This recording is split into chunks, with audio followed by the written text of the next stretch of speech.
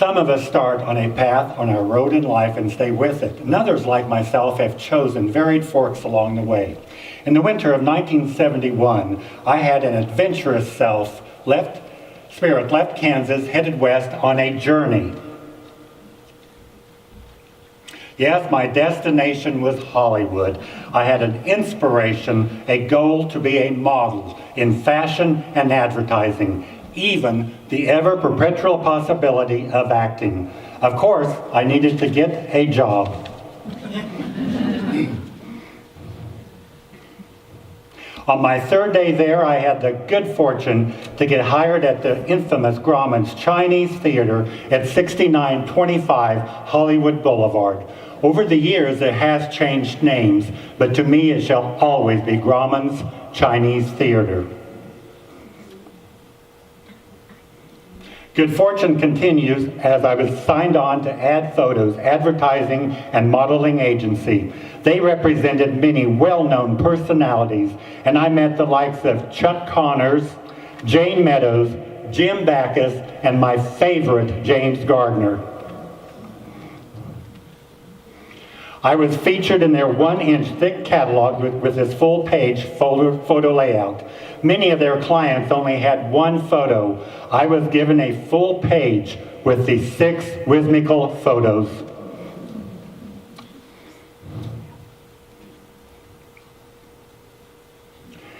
I had the privilege to model for Macy's several times over the next 2 years. A wonderful perk of Macy's was that they allowed the models to keep the clothing with an understanding that we would wear them out and about and tell people where they came from. This first job for Macy's took place on the fabled Queen Mary ocean liner in the port city of Long Beach. This Valentine's Day function was held in the ship's grand ballroom and was to raise money to refurbish this grand old lady into a luxury hotel. The first of 2 outfits I wore that evening on the Queen Mary, a forerunner of the leisure suits that were to become popular in the mid to late 1970s. A few years ago, I put this on for Halloween. Yes, it was quite funny and extremely scary. A second outfit that evening. Afterwards, models were allowed to mingle with the crowd. I met my first movie star that night. I felt a tap on my shoulder, turned. Standing there was actress-comedian Martha Ray asking me to dance. From then on, I called this my Martha Ray leisure suit. From then on, I did a photo campaign for Bank of America. For this photo, I was a top 3 finalist with actress Sandy Duncan getting the job, which appeared on billboards and television. I jokingly think if I would have gotten that job, I could have starred in the movie That Darn Cat and been a Walt Disney movie star. Macy's summer line was advertised as red, white, and blue. These 2 outfits were promoted as interchangeables. Note the slacks were no longer the bell bottoms of the 1960s, but continued with a distinctive flared pant bottom.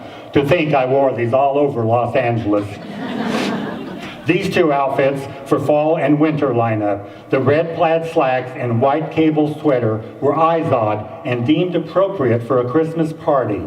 The gray slacks and silver turtleneck sweater were McGregor for a more formal attire.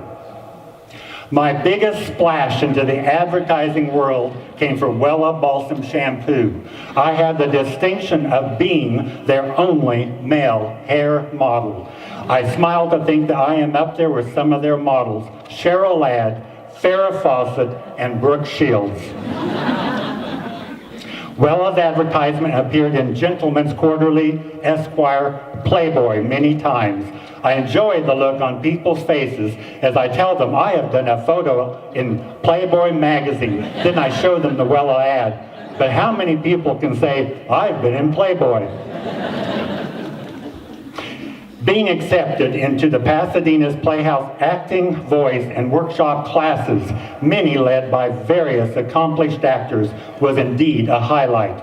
Legendary character actor Cesar Romero took me under his wing, and I loved working with him. This is a photo of me in the lead role as Don Quixote in Pasadena Playhouse's musical, Man of La Mancha. Indeed, I was very proud. I did all of my own makeup for this role. The production ran for 6 weeks. Doing a fashion show for Saks Fifth Avenue was quite different from Macy's. Macy's was like a Cadillac, whereas Saks was the Rolls Royce, and Saks did not allow the models to keep the clothing.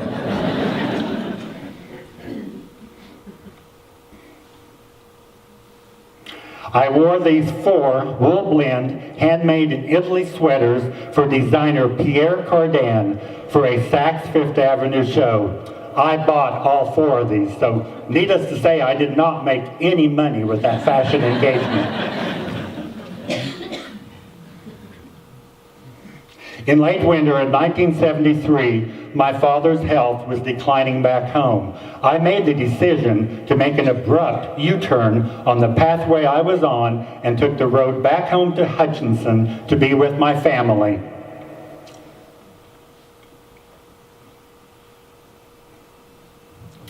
This photo taken several months after returning to Hutchinson on a new path and career. However, some of the past was still with me, as I still had my well-balsamed long hair and the silver turtleneck from Macy's, which, by the way,